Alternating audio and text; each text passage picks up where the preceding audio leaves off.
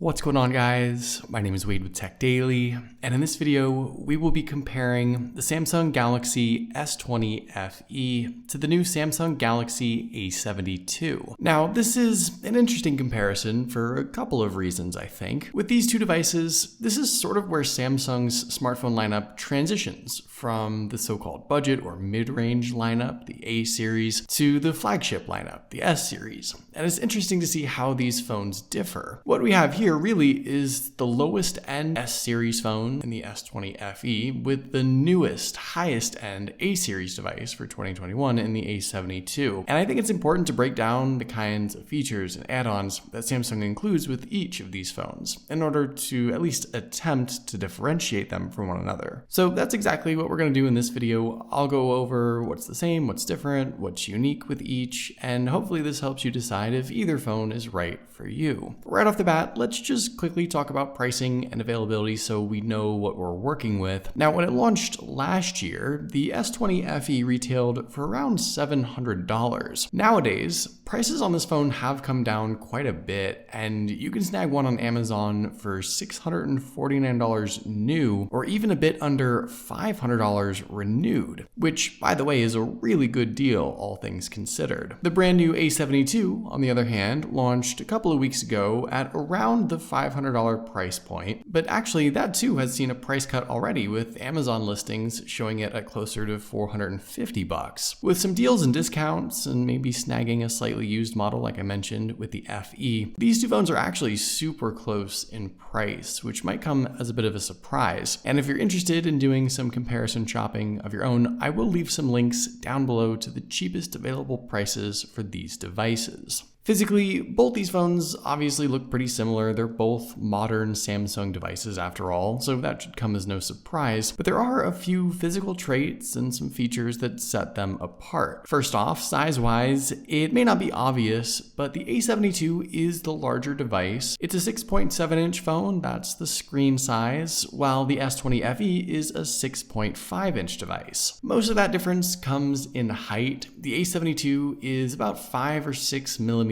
taller, but not much wider, and I don't know that that screen difference is that much of an advantage either way, but it is something worth noting. With the design, you obviously have the same style center hole punch camera cutout up top, a slight chin towards the bottom on each, and minimal black borders all around, but you can probably tell that those black bars are thicker all the way around on the A72, and it does have a slightly lower screen-to-body ratio in comparison. In the hand, both these phones are very large devices, so either way you go, I think it could be a stretch for some people. But beyond just the screen size, the body and housing on these phones differ quite a bit as well, and that I think could impact the fit and feel in the hand, even more than the display size. The S20 FE has a slim and sleek kind of design with a sloping tapered edge and sharper sides, while the A72 is a thick, boxy phone with an almost flat sort of profile all around. The slim design and curved back on the S20 FE makes it feel thinner and more comfortable in the hand, while the A72 is a bit more chunky. So that might be worth considering. Besides all that though, the materials here are basically the same. We get a matte plastic rear cover on both, paired with polished metal sides. And actually, both these phones are water and dust resistant now too, which is nice to see, though technically the IP rating on the S20 FE is just slightly better. Taking a look around at everything else, there's nothing on the left side of either device. On the right, both phones have the same power and volume buttons. Across the top is where you'll find the SIM and SD card tray on both. Down below, what's sort of interesting is the A72 actually keeps the headphone jack. The S20 FE, of course, does not have one. We get the same USB-C port for charging and the same speaker setup on both as well. There's a single speaker down below and a secondary speaker in the earpiece for dual stereo sound. And to me, not only do both of these phones offer a great out loud listening experience, I think they sound pretty comparable too.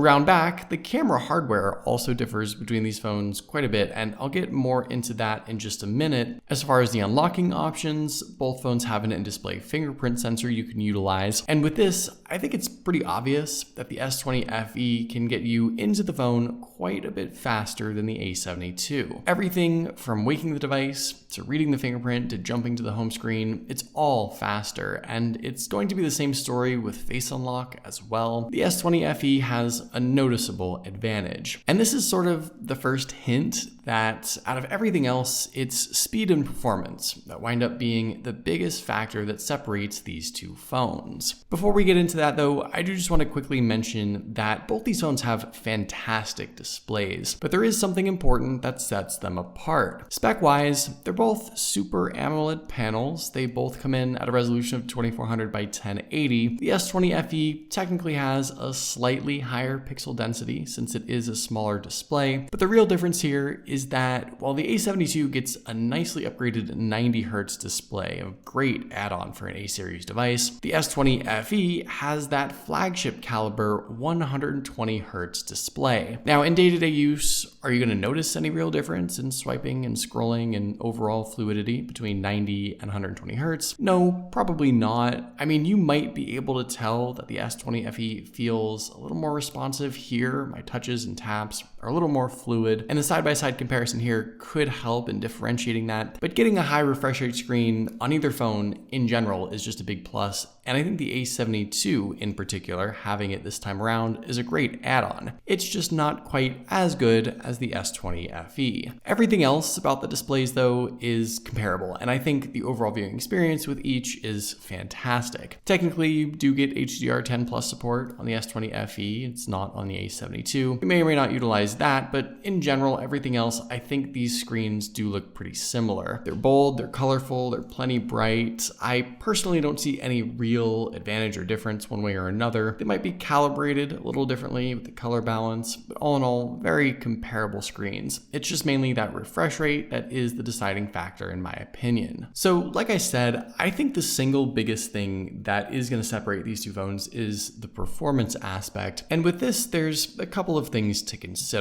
First off, let's talk about the processor. Now, depending on where you live, your S20 FE will either have the Snapdragon 865 5G chipset, like I have here, or the Exynos 990. And both of those are flagship caliber chipsets. The A72, on the other hand, has a very respectable Snapdragon 720G inside, but it is still a 700 series upper mid-range spec, not a flagship component. And that's absolutely reflected not only in the Geekbench scores here, you can see a huge difference in the multi-core score in particular, but also just in real-world usage and performance. Now, I do just want to say that both these phones are plenty fast. They both got the latest Android 11 and One UI 3.1 updates. The S20 FE, though, is obviously just comparable to a 2020 top-tier device, and while the A72 can certainly keep up, there are times where it might be beat by a second or two at least. Something you can certainly see with this side-by-side test. Is that a huge disadvantage?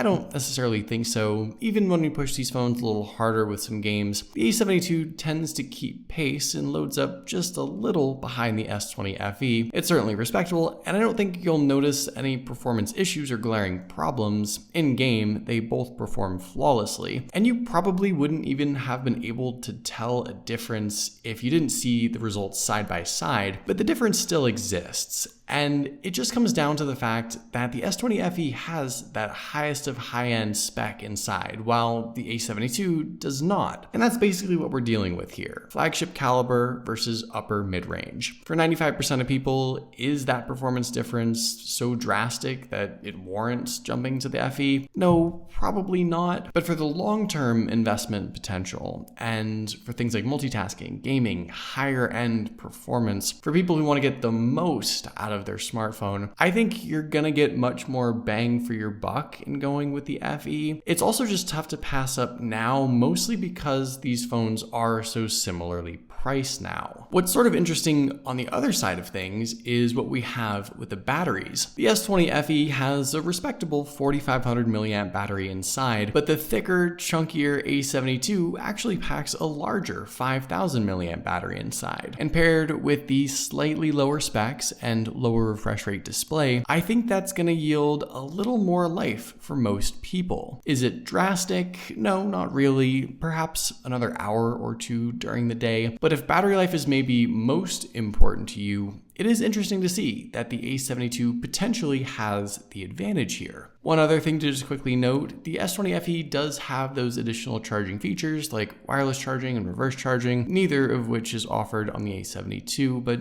I personally don't find that to be too significant of a missing feature. Finally, let's talk cameras, and with this there's actually some big differences here with the hardware and the features, but maybe not in the way you expect. The S20 FE offers a triple lens camera setup around back. It consists of a 12 megapixel main lens, 8 megapixel telephoto lens, and 12 megapixel ultra wide. The A72, on the other hand, has a 64 megapixel main lens paired with similar 8 megapixel telephoto and 12 megapixel ultra wide lenses, and it even has the 5 megapixel macro lens thrown in there as well. Up front, both phones appear to have the same 32 megapixel selfie camera, and all in all, that would make it seem like the A72 has the better overall specs and hardware. But it goes beyond that. Specs aren't everything, of course. Feature-wise, you'll actually find most everything is the same. There's a fun filter on the A72, which is different. The A72 also has macro shooting capabilities, like I mentioned. The S20 FE offers live focus video, so a couple differences in shooting modes. And you'll also see some settings differences as well. Obviously, the A72 can shoot in the full 64 megapixel mode, but there's no video stabilization here. The S20 FE has a few other additional settings and modes that you can adjust that aren't on the A72. But in practice, I think you'll find that again, there are some differences in the results that are maybe not in the way you think. A majority of the time, I've found that even though the A72 might have some better hardware, it's the S20 FE that produces the better shot. It has a better chipset inside for image processing, and you can see that pretty clearly with portrait shots here more than anything else. My hair gets missed on the A72, for example, and the S20 FE is far more detailed. I also think the color balance on most shots is better on the FE too. My skin tone is more accurate, there's less smoothing. All in all, the S20 FE is essentially a flagship camera setup, regardless of the specs on paper. And paired with flagship internals to go with it, it's more often than not going to produce the better shot. As good as the A72 appears to be, I still think it falls just a little short in comparison. So overall, it's no secret that the S20 FE is the better device here. Even though it's nearly a year old now, it still offers better specs, better features, more add-ons than the brand new A72. And that should come as no surprise. We're still comparing an S series phone and an A series phone here after all, and there's still a lot that separates them. The biggest factor for me now really is just the price. The S20 FE can be purchased for significantly cheaper than it originally sold for, and in some cases it's nearly the same price as the A72. If you consider that, the S20 FE is obviously the better buy. But even if you do have to pay $50 or $100 more for the S20 FE, I still think that's well worth it too. But what do you guys think? Which phone would you prefer? Let me know in the comments down below. I'd love to know your thoughts, of course. But hopefully you guys did enjoy this video. Be sure to follow TechDaily on Twitter and subscribe to the TechDaily YouTube channel if you haven't already, and I'll see you guys later.